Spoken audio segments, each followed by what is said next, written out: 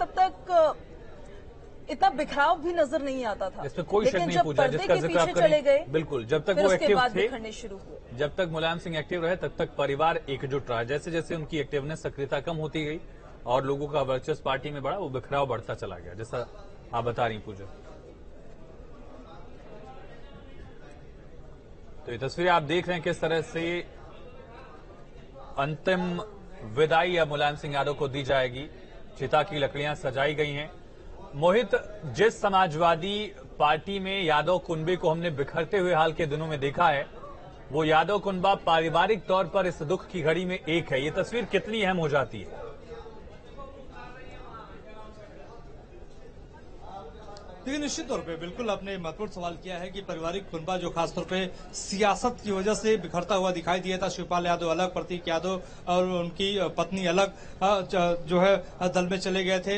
लेकिन अभी भी आपको बता दें कि मुलायम सिंह यादव जब तक जिंदा थे तब तक सबको एक छतरी के नीचे लाकर जो है रखते थे और कहते थे कि परिवार सबसे महत्वपूर्ण है, परिवार में एकता रहेगी तभी विरोधी ताकतों से लड़ा जा सकता है। लेकिन मुलायम सिंह यादव के अब चले जाने के बाद सबसे बड़ी चुनौती अखिलेश यादव के कंधों पर होगी कि परिवार में एकता बनाते हुए किस तरीके से अपनी सियासी जमीन को आने वाले वक्त में मजबूत करते हैं, किस तरीके से शिवपाल यादव जो उनके चचा हैं उनको अपने साथ लेकर चलते हुए दिखाई देते हैं। चाहे उनकी जो छोटी बहू है, उनकी छोटी भाभी जो है प्रतीक यादव, उनके छोटे भाई, किस तरीके से उनमें तालमेल बैठाकर जो है साथ लेकर चलते हैं, एक बड़ी चुनौती होगी। साथ ही साथ अपने कार्यकर्ताओं को भी एकजुटता का पाठ पढ़ाते हुए, अनुशासन का पाठ पढ़ाते हुए एक साथ लेकर चलने की एक बड़ी जिम्मेदारी अखिलेश यादव के कंधों पर होगी। और जिस तर्ज पर मुलायम सिंह यादव अपनी राजनीति करते थे उसी तर्ज पर उनको राजनीति जो है उनको करते हुए होना होगा, नहीं तो आने वाले वक्त में बहुत सारी कठिनाइयों का सामना करना पड़ेगा, क्योंकि डगर बहुत पथरीली है और इस पथरीली डगर पर सियासत की नई जो है फसल उगानी होगी अखिलेश यादव को। और किस रूप में उगाते हैं ये तो वक्त बताएगा। लेकिन हाँ, इस दुख की घड़ी में पूरा परिवार एकजुट दिखाई दे रहा है और एकजुटता के साथ साथ आपको बता दें कि जब पार्थिव शरीर उनके पैतृक आवास से चलकर शमशान घाट पहुंच रहा था और अंतिम दर्शन के लिए स्टेडियम पहुंच रहा था, तो उस वक्त शिवपाल यादव, अखिलेश यादव के छोटे भाई प्रतीक यादव, धर्मेंद्र यादव जो उनके चचेरे भाई हैं, राम गोपाल यादव के बेटे अक्षय यादव, तमाम जो उनके परिवार के सदस्य सारे के सारे जो हैं वो एक ही गाड़ी पे मौजूद थे और उस शव यात्रा में जो है वो शामिल हो रहे थे। और सबकी आंखें नम थी, सबकी आंखों में आंसू था, सब गमजदा थे, गमगीन थे। तो निश्चित तौर पे देखिए, जब घर का एक बड़ा बुजुर्ग जिसने सबको एक छाते के नीचे, एक छतरी के नीचे रखा हो, मोहब्बत से रखा हो, प्रेम से रखा हो और हमेशा पाठ पढ़ाता हो कि जनता पहले है, जनता से कनेक्शन बनाकर रखना होगा, और वही जनता का कनेक्शन आज दिखाई दिया कि लाखों की तादाद में सफाई के भीतर, जहां पर कभी महोत्सव हुआ करता था, रंगमंच के कार्यक्रम हुआ करता था, लेकिन क्या कभी मुलायम सिंह को ये कभी एहसास होगा कि जिस रंगमंच को उन्होंने यहाँ पे बनाया था उसी रंगमंच पर उनकी पार्थिव शरीर को रखा जाएगा, लोग आके अंतिम दर्शन करेंगे? कभी उनको एहसास ये नहीं होगा। लेकिन हाँ, उनकी अंतिम इच्छा हमेशा ऐसा ये रही है कि जब भी उनकी मृत्यु हो तो उनका अंतिम संस्कार जो है उनके पैतृक गाँव में ही किया जाए। और वही देखिए, उनकी अंतिम इच्छा जो है यहाँ पे पूरा होता हुआ दिखाई दे रहा है। इसके अलावा जो सबसे ज्यादा महत्वपूर्ण हो जाता है कि जो उन्होंने विरासत, और आज उनको यहीं से अंतिम विदाई दी जा रही है। जिस तरह से आपने बताया, एक बड़ी चुनौती है अखिलेश यादव के लिए। विरासत उनको मिली है, समाजवाद के एक बड़े आइकन रहे हैं मुलायम सिंह यादव। क्या उस समाजवाद की विचारधारा को वो आगे लेकर प्रमोद तिवारी, गौरव वल्लभ और मल्लिकार्जुन खड़गे जैसे सरीखे नेता यहां पहुंचे हैं। मोहित बताएं, कांग्रेस से भी कई नेताओं को हम देख रहे हैं और प्रमोद तिवारी उत्तर प्रदेश की पॉलिटिक्स में एक्टिव रहे हैं, अब राज्यसभा सांसद हैं राजस्थान से, और गौरव वल्लभ को देख रहे हैं और भी कई कांग्रेस के नेता यहां पहुंचे हैं। देखिए, निश्चित तौर पे आप लोगों ने जो अभी सवाल पूछा है खासतौर पे बड़ा महत्वपूर्ण हो जाता है, समाजवाद वाली बात। और दूसरी जो कांग्रेस के जो बड़े बड़े नेता यहाँ पे, मल्लिकार्जुन खड़गे जो कांग्रेस के अध्यक्ष पद के प्रत्याशी हैं, गौरव वल्लभ जो राजस्थान से आते हैं, बड़े प्रोफेसर हैं, कांग्रेस पार्टी के प्रवक्ता है, प्रमोद तिवारी उत्तर प्रदेश के बड़े नेता है, कई बार विधायक रह चुके हैं, गिनीज बुक में उनका रिकॉर्ड है। और मुलायम सिंह के बड़े करीबी लोगों में से एक प्रमोद तिवारी रहे हैं। और आपको बता दें, एक बहुत बड़ी बात आपको बता रहा हूँ कि जब रामपुर खास का जो उनकी सीट है, खासतौर पर जहां से विधानसभा चुनाव वो लड़ते हैं, तो वहां से जो है वो समाजवादी पार्टी का कैंडिडेट नहीं खड़ा हुआ था इस बार। तो आप समझ सकते हैं कि समाजवादी पार्टी से कितनी घनिष्ठता उनकी मुलायम सिंह यादव से थी, और वीटो मुलायम सिंह यादव ने लिया था और कहा था कि नहीं, प्रमोद की बिटिया को जिताना है। तो प्रमोद की बिटिया को जिताना है तो आप समझ सकते हैं कि कितना आत्मभाव था अपनों के प्रति, जो उनके भले दूसरे पार्टी में हो। अखिलेश यादव अड़ गए थे कि नहीं, पार्टी के कार्यकर्ताओं पर इसका बुरा प्रभाव पड़ेगा, लेकिन उन्होंने नहीं, उन्होंने अपने संबंधों को आगे रखा। तो मुलायम सिंह यादव की ये शख्सियत थी, और उन्हीं संबंधों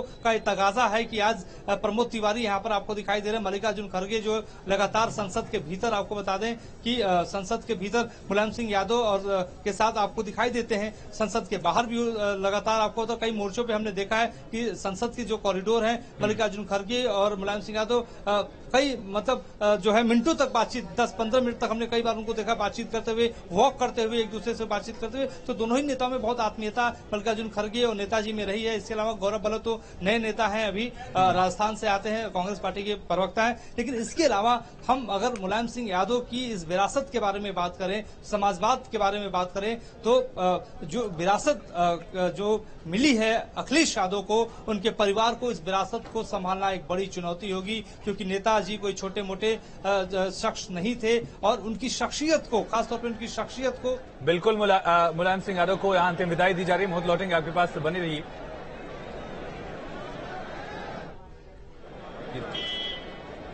राजकीय सम्मान के साथ मुलायम सिंह यादव को विदा किया जा रहा है। अंतिम सफर पर देश के 2 बार के रक्षा मंत्री, उत्तर प्रदेश के 3 बार मुख्यमंत्री, समाजवादी पार्टी के संस्थापक रहे, विधान परिषद में नेता प्रतिपक्ष रहे, कई बार के विधायक, कई बार के सांसद, अपने आप में एक समाजवाद का युग समेटे मुलायम सिंह यादव। सैफई से ही जो सफर उनका जिंदगी का शुरू हुआ, सैफई से ये सफर अब अपनी मंजिल तक पहुंचता, और पूरे राजकीय सम्मान के साथ उनको अंतिम विदाई देने की पूरी तैयारी। तो आप देख रहे हैं वहां मौके पर जवान मौजूद हैं, जो हवाई फायरिंग करके उनको सम्मान के साथ विदाई दी जाएगी। चिता पर लकड़ियां लगा ली गई हैं, बाकी तैयारियां की जा रही हैं, और मुलायम सिंह अमर रहे के नारे अब गूंजने लगे हैं। वो सैफई जहां मुलायम का जन्म हुआ, वो सैफई अब जहां मुलायम अपने इस जिंदगी के सफर को छोड़ एक अलग दुनिया में जा रहे हैं, वहां पूरी तैयारी अब की गई है। प्रशासनिक अधिकारियों का एक हुजूम यहाँ है, आसपास के जिलों तक से फोर्स बुलानी पड़ी है। लाखों की संख्या में समाजवादी समर्थक, मुलायम सिंह यादव के चाहने वाले, यहां तक कि उनके धुर विरोधी रहे राजनीतिक तौर पर भी, यहां लोग मौजूद हैं मुलायम सिंह यादव को आखिरी विदाई देने के लिए, अंतिम बार उनके दर्शन करने के लिए। कई नेताओं से उन्होंने सियासत सीखी। 67 में पहला चुनाव जरूर लड़ा, लेकिन उसके पहले ही 15 साल की उम्र में मुलायम सिंह यादव को लोहिया के साथ आंदोलन करने के आरोप में जेल जाना पड़ा था। नहर रेट आंदोलन में नहरों के पानी का रेट बढ़ा दिया गया था कांग्रेस की सरकार में। उसके बाद फिर इमरजेंसी के दौरान 75 से लेकर 77 तक 19 महीने तक जेल में रहे। हालांकि 77 के बाद इमरजेंसी जब हटी, केंद्र से और प्रदेश से कांग्रेस की सत्ता गई, तो राम नरेश यादव की सरकार में मुलायम सिंह यादव को पशुपालन और सहकारिता मंत्रालय का जिम्मा मिलता है पहली बार। मुलायम सिंह यादव ने बखूबी वो जिम्मेदारियां निभाई, सहकारिता के आंदोलन को आगे बढ़ाया। हालांकि उसमें परिवारवाद के आरोप लगते रहे। फिर वो दौर आया जब चौधरी चरण सिंह के साथ राजनीति सीखने वाले मुलायम सिंह को चौधरी चरण सिंह के निधन के बाद उनकी पार्टी से अलग कर दिया जाता है। अजीत सिंह ने पार्टी की बागडोर संभाली, नेता प्रतिपक्ष का पद भी उनका चला जाता है विधान परिषद से। उसके बाद मुलायम लगातार जनता पार्टी में चंद्रशेखर के साथ रहते गए एक दौर तक। फिर 92 में अपनी पार्टी का उन्होंने गठन किया। 93 में फिर चुनाव होते हैं, काशीराम के साथ उन्होंने बीजेपी को करारी शिकस्त दी, और फिर आखिरी बार जब वो मुख्यमंत्री बने 2004 से 7 के दौर में, तभी माना जाता है कि उनका एक बेहतर संबंध रहा है प्रमोद महाजन अटल बिहारी वाजपेयी से। तब तक वाजपेयी सरकार आ चुकी थी केंद्र में। कुछ रियायतों का भी जिक्र होता है कि थोड़ी सी सहूलियत दी गई थी मुलायम को गठजोड़ कर लेने के लिए, आंकड़ा मैनेज कर लेने के लिए। लेकिन इन तमाम सियासी बातें, क्योंकि मुलायम सिंह यादव एक मजे हुए सियासतदान के साथ एक माहिर पहलवान और एक बेहद आत्मीय इंसान, जो अपने काडर को संभालना जानता था, जो नेताओं को अपने साथ जोड़ना जानता था और कार्यकर्ता को साथ लेने का हुनर जिसमें था, साथ ही जरूरत पड़ने पर विरोधियों से बात करने में भी जो मुलायम हिचकते नहीं थे। वो विरासत अब अखिलेश कैसे संभालेंगे देखना होगा। हालांकि अखिलेश पॉलिटिकली एक्टिव बहुत ज्यादा हो चुके हैं, अग्रेसिव हैं, लेकिन वो हुनर क्या मुलायम वाला में आ पाएगा, जहां मोहन सिंह, अमर सिंह, राजा भैया जैसे राजपूत नेता, ब्रजभूषण तिवारी, जनेश्वर मिश्रा जैसे ब्राह्मण चेहरे, अबू आजमी और ऐसे मुस्लिम चेहरे भी वो साथ लेकर चलते थे, जो हर जाति हर धर्म का वोट उनके साथ ले आता। और बिल्कुल मोहित हमारे साथ लगातार बने हुए हैं। मोहित, मुलायम सिंह यादव जिनको कहा जाता है कि यूं ही मुलायम नहीं मुलायम बन गए, सियासी सफर जो उनका रहा है उठापटक बहुत रही है, लेकिन एक चीज जो कंसिस्टेंट रही है और या फिर ये कहा जाए कि वक्त के साथ बढ़ती भी चली गई है, वो था उनका सियासी कद, उनका राजनीतिक कद। उथल पुथल जरूर रही, लेकिन राजनीतिक कद हमेशा बढ़ता चला गया। यही उनमें खूबी रही कि आज उनको पूरा देश याद कर रहा है। मोहित, देखिए पूजा, आपने ठीक बात कही है कि वक्त के थपेड़ों में वो और ज्यादा तपते गए और एक मजबूत नेता के तौर पर वो दिखाई दिए। नाम मुलायम था, लेकिन फैसले बड़े कठोर थे उनके, चाहे पार्टी के भीतर हो या पार्टी के बाहर हो, या बतौर मुख्यमंत्री के वक्त में हो या जब वो रक्षा मंत्री थे तब की बात हो।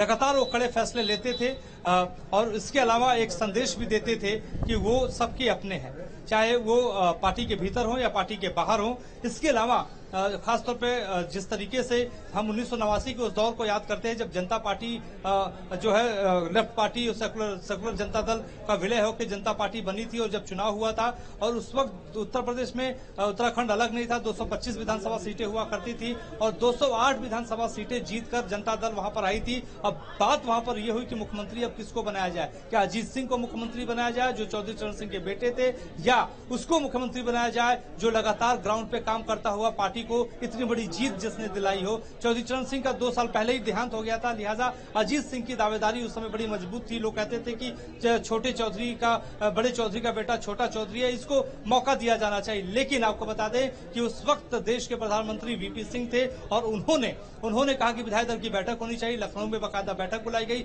बंद कमरे में फैसला किया गया और बंद कमरे में फैसला ये किया गया कि मुलायम सिंह यादव को ही मौका दिया जाना चाहिए। और वो वक्त है 1989 का। उसके बाद कभी मुलायम सिंह यादव पीछे भारतीय राजनीति में नहीं दिखाई दिए, लगातार वो आगे बढ़ते हुए दिखाई दिए। और आपको बता दें कि वो तीसरी बार 1989 में मुख्यमंत्री बनने के बाद वो तीसरी बार भी सूबे की कमान उन्होंने संभाली और पहली बार जब मुख्यमंत्री बने तभी उन्होंने अंग्रेजी भाषा को सरकारी कामकाज में अंग्रेजी भाषा का चलन कम कर दिया और हिंदी को सबसे ज्यादा उन्होंने तरजीह दी। तो वो चाहते थे कि हिंदी भाषा का मतलब, उनका मकसद एक ही था कि गांव के एक किसान, गांव का एक गरीब, गांव का एक पिछड़ा, गांव का एक आदिवासी भी सरकारी कामकाज को समझ सके, क्योंकि अंग्रेजी काल से जो है और मुखाग्नि दे दी गई है मोहित, या मुखाग्नि दे दी गई है। रोक रहे हैं आपको, आप बने रहिएगा। ये तस्वीरें आप देख रहे हैं, अखिलेश यादव ने चिता को मुखाग्नि दी है। मुलायम सिंह अनंत सफर पर अब चले गए हैं। इस दुनिया को अलविदा कह के मुलायम अमर रहे के नारे गूंज रहे हैं। वो सैफई जहां 1939 में मुलायम सिंह यादव का जन्म हुआ, उसी सैफई को मुलायम सिंह यादव ने बदला, उस सैफई की तस्वीर बदल दी। और नारे सुनिए, यही मुलायम सिंह यादव ने कमाया। जो यहाँ 5 लाख लोगों तक की भीड़ दिख रही है, ये मुलायम सिंह यादव की ताकत का एक और जिक्र है।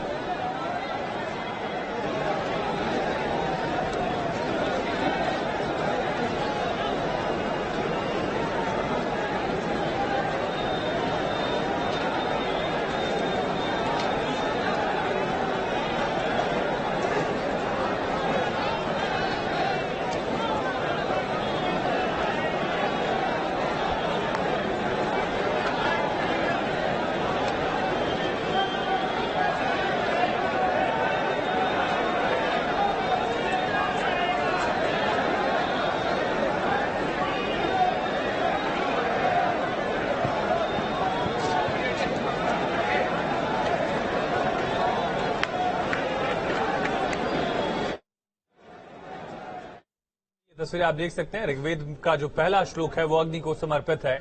चारों वेदों में से सबसे पवित्र ऋग्वेद, पहला वेद जिसे माना गया है, उसका पहला श्लोक अग्नि को समर्पित। साक्षात देवता, वैदिक काल से ही अग्नि को मांगा गया है। पवित्र चाहे वो मुख्यमंत्री रहे तब भी, नहीं रहे तब भी, जब मैं मुख्यमंत्री था तब भी उनसे बातचीत का सिलसिला हमारा चलता रहता था। और मैं मानता हूं कि भारत की राजनीति की एक बहुत बड़ी शख्सियत थे और जन सामान्य से जुड़े हुए, धरती से जुड़ा हुआ नेता यदि माना जाता था तो मुलायम सिंह को माना जाता था। अब उनके जाने से मैं चाहता हूं भारत की राजनीति की एक बहुत बड़ी क्षति हुई है और आज हम सब यहाँ पर सैफई में उनको श्रद्धांजलि अर्पित करने के लिए यहाँ पर आए हुए हैं। आज मैंने यहाँ अपनी तरफ से भी रीत रखकर श्रद्धांजलि अर्पित की है। वहीं हमारे देश के आदरणीय प्रधानमंत्री श्री नरेंद्र मोदी जी के द्वारा भी, क्योंकि उन्होंने मुझे कहा था कहीं वो बाहर है कि मेरी तरफ से भी ये रीत उनके तौर पर रखी जाए और मेरी तरफ से भी श्रद्धांजलि अर्पित की जाए। दोनों काम किया है। सर, आज बहुत ही भावुक क्षण है। कोई वो क्षण जो आप लोगों ने, वैसे तो बहुत पार्लियामेंट हो या राजनीतिक गलियारों में समय एक साथ बिताया, उत्तर प्रदेश की राजनीति से आप दोनों ही आते हैं। मैंने रिश्ते इस प्रकार के थे कि कभी वो प्रतिपक्ष की तरफ से साइड में बैठे होते थे और कभी मैं इधर रहता था, तो कभी कभी मैंने देखा कि वो सीधे उठ करके मेरे आके बगल में बैठ जाते थे। उनको इस बात की चिंता नहीं थी सत्ता पक्ष इधर बैठता है और प्रतिपक्ष इधर बैठता है, बल्कि मैं इधर बैठा रहा था तो आकर मेरे बगल में बैठ जाते थे और अपनी सारी पुरानी बातों की चर्चा करते थे। पिछड़ों की राजनीति की पिछड़ों की आवाज उठाई मुलायम सिंह यादव जी ने। एक राजनीति में क्या एक शून्यता कह सकते हैं, एक शून्यता है उनके जाने से? स्वाभाविक है, एक बहुत बड़ी क्षति तो हुई है, लेकिन मैं समझता हूं कि यह प्रकृति का शाश्वत नियम होता है कि जब कहीं कोई गायब होता है, कहीं रिक्ति होती है, तो उसकी पूर्ति भी होती है, लेकिन बहुत बड़ी क्षति हुई है।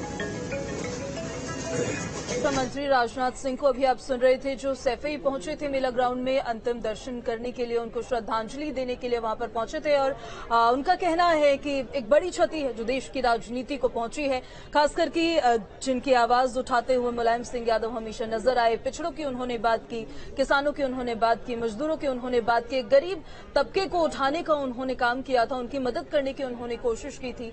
इसी के साथ साथ उनकी तरफ से ये भी कहा गया है कि जन नेता थे, वो जनता के वो नेता थे। और आयुष, मुलायम सिंह यादव ऐसे नेताओं में उनका नाम हमेशा शुमार रहा जिनको जनता से हमेशा भरपूर समर्थन मिला, हमेशा भरपूर प्यार मिला जनता से। बिल्कुल पूजा, और यही वजह है कि जब करहल में अखिलेश यादव इस बार चुनाव लड़ रहे थे तो वो जानते थे मुलायम सिंह यादव की अहमियत इस क्षेत्र में क्या है। जैसे हम यादव लैंड से जानते हैं पॉलिटिकली समझने के लिए, चाहे इटावा, कन्नौज, मैनपुरी का ये जो पूरा बेल्ट है, वहां मुलायम सिंह यादव की आज भी पकड़ है। मुलायम एक्टिव नहीं थे, तबीयत उनकी ठीक नहीं थी, इसके बावजूद अखिलेश के लिए करहल में चुनाव के लिए प्रचार करने के लिए पहुंचे थे। वो शिवपाल के लिए नहीं गए, अखिलेश के लिए गए।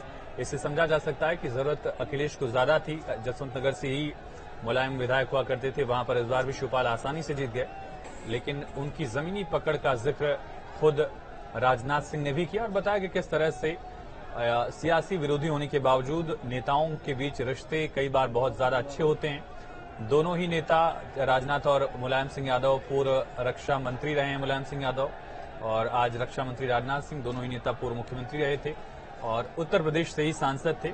लेकिन इसके बावजूद विपक्षी खेमे में बैठते थे मुलायम और कभी कभार राजनाथ सिंह से बात करने के लिए पक्ष वाले चेयर्स पर आकर उनसे बात करने लगते थे बैठकर, तो वो समझा जा सकता है।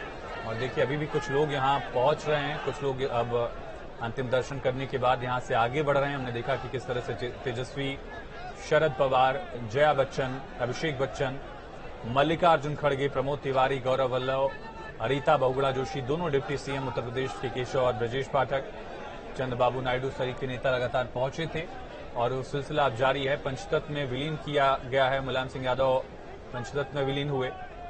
5 तत्वों से हमारा ये शरीर बना हुआ और 5 तत्वों में वापस विलीन होता हुआ अग्नि को सुपुर्द किया जाता है। जैसे हम जिक्र कर रहे थे कि सबसे पवित्र माना गया है, वैदिक काल से ही अग्नि को देवताओं का वास होता है, अग्नि को समर्पित किया गया और लगातार नेता यहां पहुंच रहे हैं।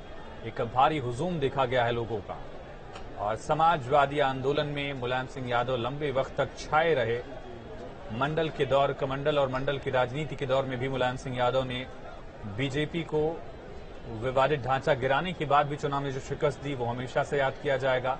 सोनिया गांधी को प्रधानमंत्री बनने से रोक दिया, ये भी हमेशा याद किया जाएगा। और कार सेवकों पर जिन्होंने गोली चलवाई थी, उसके बाद उनके पक्ष में मुस्लिम वोट बैंक किस तरह से जुड़ता चला गया, उसका फायदा लंबे वक्त बाद समाजवादी पार्टी को जरूर मिला, लेकिन उसमें मुलायम सिंह यादव का एक साहसी फैसला भी माना जा सकता है। कुछ लोग उसकी आलोचना भी करते हैं, लेकिन शायद यही राजनीति है जहां कठोर फैसले किसी के लिए सहूलियत वाले और किसी के लिए बड़ा विरोध। और सब में माहिर मुलायम अब अपने सैफई से ही इस सफर को अंजाम तक पहुंचाने के बाद अलविदा कहते हुए। बिल्कुल, यहीं से उनके सफर की शुरुआत हुई थी, यहीं उनका जन्म हुआ था, इसी सैफई में, इसी गांव में, और आज यहीं पंचतत्वों में वो विलीन हो रहे हैं और इस दुनिया को अलविदा कहकर जा रहे हैं। एक बारी अगर उनके पूरे जीवन पर नजर डालें तो वो जरा आपको बताते हैं। 1939 में उत्तर प्रदेश के इटावा जिले के सैफई गांव में, जहां से आप ये तस्वीरें देख रहे हैं, वहां पर उनका जन्म हुआ था। और मोहित हमारे संवाददाता हमारे साथ लगातार बने हुए हैं। मोहित, मुखाग्नि दे दी गई है मुलायम सिंह यादव को।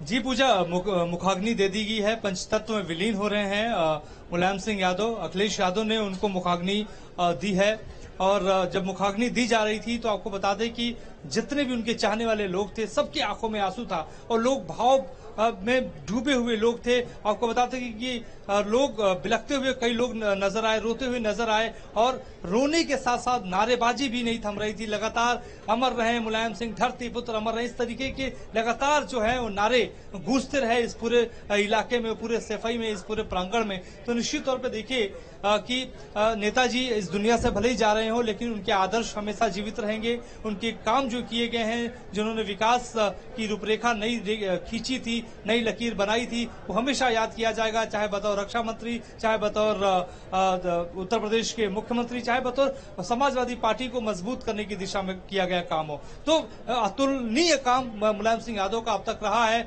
और देखिए, आप कभी पूजा सैफई जब आएंगी तो आपको समझ में आएगा कि किस रूप में, किस तरीके का विकास उन्होंने किया था। और उनके इस विकास के मॉडल को देखने के लिए विदेश से भी लोग आया करते थे, और लोग आके तुलना किया करते थे कि कैसे एक छोटे से गांव का विकास इतना बेहतरीन ढंग से किया जा सकता है। यहाँ से थोड़ी दूर आप निकलेंगे, करीब 40-50 किलोमीटर दूर, तो चंबल का इलाका है। चंबल में भी बहुत काम करने का उन्होंने कोशिश किया था, क्योंकि पानी की सबसे बड़ी वहां पे समस्या थी। तो मुलायम सिंह यादव ने पानी पहुंचाने का काम चंबल नदी के माध्यम से किया था। वो काम उनका अधूरा रह गया। अब अखिलेश यादव के कंधों पे अगर सूबे की कभी कमान मिलती है तो उनके कंधों पर आएगी। लेकिन इसके अलावा आपको बता दें कि तमाम ऐसे काम जिनको गिनाना बड़ा मुश्किल है, और उसमें एक बड़ा महत्वपूर्ण काम मैं आपको बता दूं कि हर जिले में उनका एक नेता हुआ करता था। वो जिस जिले में जाते थे, उस जिले में उनका एक बनाया हुआ आदमी होता था, यानी उनका बनाया हुआ एक नेता होता था, मजबूत होता था, और वही उस इलाके में हर तरीके से अपने कार्यकर्ताओं की मदद करता था। यानी मुलायम सिंह यादव को ये पता था कि अगर पार्टी की जमीन को मजबूत करना है तो हर इलाके में ब्लॉक लेवल तक एक नेता बनाना होगा, और उस नेता को साधन संपन्न बनाना होगा। ये मुलायम सिंह की रणनीति थी। और आपको बता दें कि अंदर खाने भारतीय जनता पार्टी के चाणक्य जो अमित शाह या दूसरे नेता ये कहते थे कि इस देश में दो ही खासतौर पर नेता हैं, जो है एक लोहिया जी और दूसरे मुलायम सिंह यादव, जिनका हर गांव में, हर ब्लॉक पे जो है उनकी पकड़ है, और उसी रणनीति पे काम करना होगा। और अमित शाह ने उसी रणनीति पे काम किया और उत्तर प्रदेश में बेहतरीन जीत जो है दर्ज की थी। आपको याद होगा रणनीति को उन्होंने समझा, शायद इसीलिए उन्होंने कहा था कि उत्तर प्रदेश को हमने समझ लिया है। लेकिन हमसे पहले अगर कोई उत्तर प्रदेश को समझता था तो वो थे मुलायम सिंह यादव। जब इंसान इस दुनिया को छोड़कर जाता है, जो काम उसने किए हैं उन कामों के लिए ही वो याद किया जाता है। और सैफई में आपके मौजूदगी अभी है, एक बार उस एरिया के, उस गांव के बारे में जानना चाह रहे थे। आपकी ना, आप अक्सर ये कहा करते हैं कि सैफई शंघाई की तर्ज पर विकसित किया गया है, जरा इसके बारे में भी कुछ बताइए।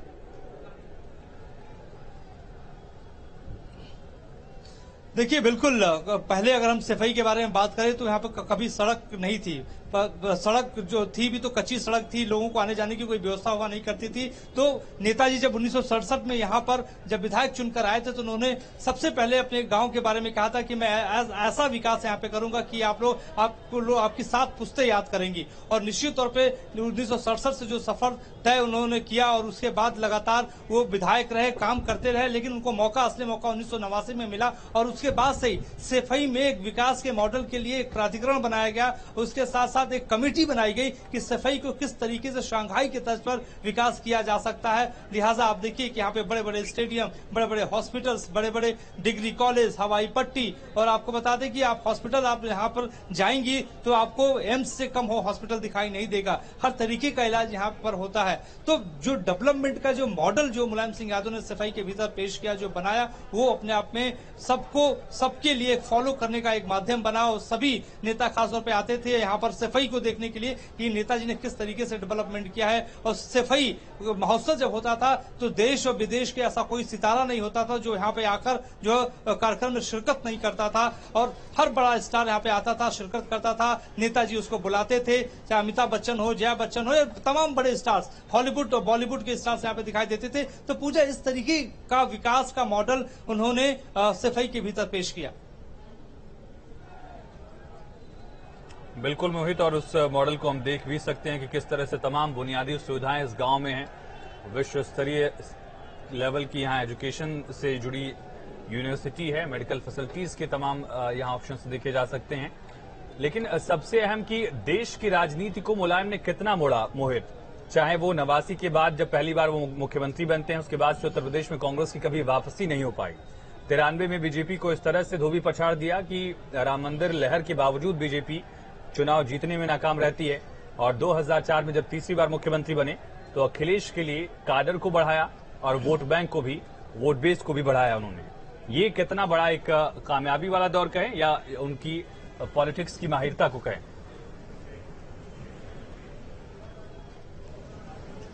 देखिए, बिल्कुल कमंडल की राजनीति को उन्होंने चित किया और अपने चरखा दाव, जो बड़ा मशहूर उनका दाव है कुश्ती में, चरखा दाव से चित उन्होंने कर दिया। 1989 में जब कमंडल का दौर था, राम मंदिर इश्यू उठा था, रथ यात्रा आडवाणी कर रहे थे, तो तमाम ऐसी बातें थी जिसको लेकर लगातार ये बात सामने आ रही थी कि किस तरीके से भारतीय जनता पार्टी को शिकस्त देनी है। तो इकलौते वो नेता उत्तर प्रदेश के भीतर निकल कर आए जिन्होंने भारतीय जनता पार्टी को शिकस्त दी और जनता दल की सरकार बनी, बतौर उनको मुख्यमंत्री वहां पर बनाया गया। उसके बाद उनका भारतीय राजनीति में कद लगातार बढ़ता चला गया। उत्तर प्रदेश की हर जो है, खासतौर पे अगर हम डेवलपमेंट के बारे में बात करें या योजनाओं के बारे में बात करें तो मुलायम सिंह यादव की ही देन मानी जाती है। ये पहली बात। दूसरी बात आपको बता दें कि उसके बाद जब 1990 का दौर आया, 92-93, जब सरकार कांग्रेस की बनी थी, नरसिम्हा राव सरकार थे, तो उसमें भी बहुत बड़ा उनका योगदान हुआ करता था। और आपको याद होगा कि जब देवगौड़ा देश के प्रधानमंत्री बने थे, उस वक्त सबसे आगे प्रधानमंत्री के तौर पर जो है मुलायम सिंह यादव का नाम था। लेकिन उनके ही आज के दौर के जो उनके समधी हैं, उन्होंने ही जो है उनको लंगड़ी लगा दी और प्रधानमंत्री बनते बनते रह गए। लेकिन देखिए उनका दिल कितना बड़ा था भारतीय राजनीति में कि दोनों फिर समधी बने और दोनों कंधे से कंधे मिलाकर चले और दोनों ने कई मौकों पर कहा कि हमें कोई गिला शिकवा नहीं है, हो सकता है मेरे नसीब में ना हो। तो इस तरीके की शख्सियत मुलायम सिंह यादव थे कि प्रधानमंत्री बनते बनते रह गए और उनके ही एक रिश्तेदार ने उनको प्रधानमंत्री नहीं बनने दिया। ये उनकी सियासत में योगदान था। और 1999 का दौर आपको भी याद होगा आयुष, की सोनिया गांधी को उन्होंने रोका, कांग्रेस को प्रधानमंत्री सरकार बनाने से रोका। उसके बाद जो उनकी लकीर भारतीय राजनीति में थी और चौड़ी होती चली गई, लंबी होती चली गई। उन्होंने फिर उनके बाद उनकी सरकार बनी।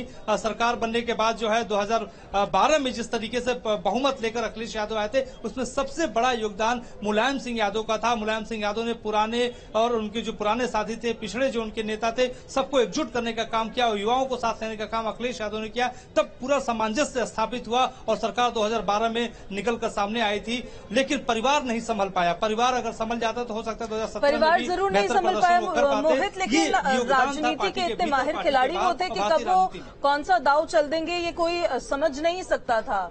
सोनिया गांधी का विरोध एक वक्त पर उन्होंने किया, लेकिन फिर 2007 या 2008 की बात है शायद, जब न्यूक्लियर डील को लेकर वामपंथियों ने अपना समर्थन वापस ले लिया था, तो उसके बाद खुद बाहर से उन्होंने समर्थन दिया यूपीए सरकार को बचाने के लिए। तो क्या दाव कब चल देंगे समझना बड़ा मुश्किल था।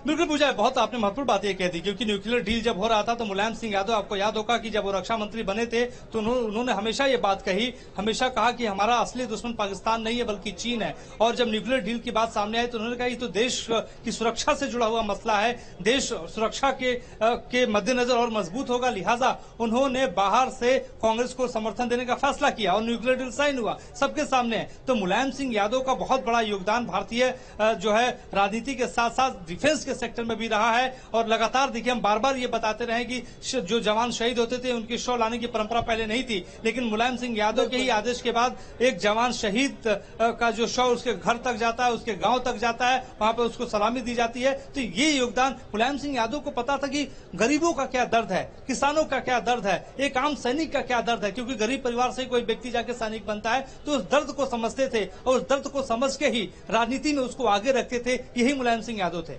मोहित, राजनीति के आपराधिकरण को लेकर उत्तर प्रदेश में समाजवादी पार्टी हमेशा से ही सवालों के घेरे में रही, लेकिन मुलायम सिंह यादव जिस नेता के साथ खड़े रहते थे, तमाम आरोपों के बावजूद उसका साथ देने से कभी चूके नहीं।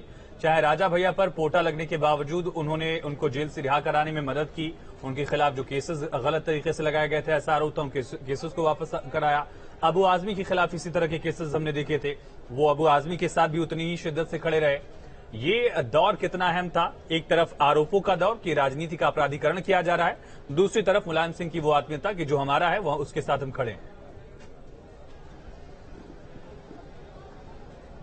बिल्कुल आयुष, ये आरोप बहुत गहरे थे, बहुत बड़े थे। लगातार समाजवादी पार्टी के ऊपर, मुलायम सिंह यादव के ऊपर ये आरोप लगते रहे कि आप अपराध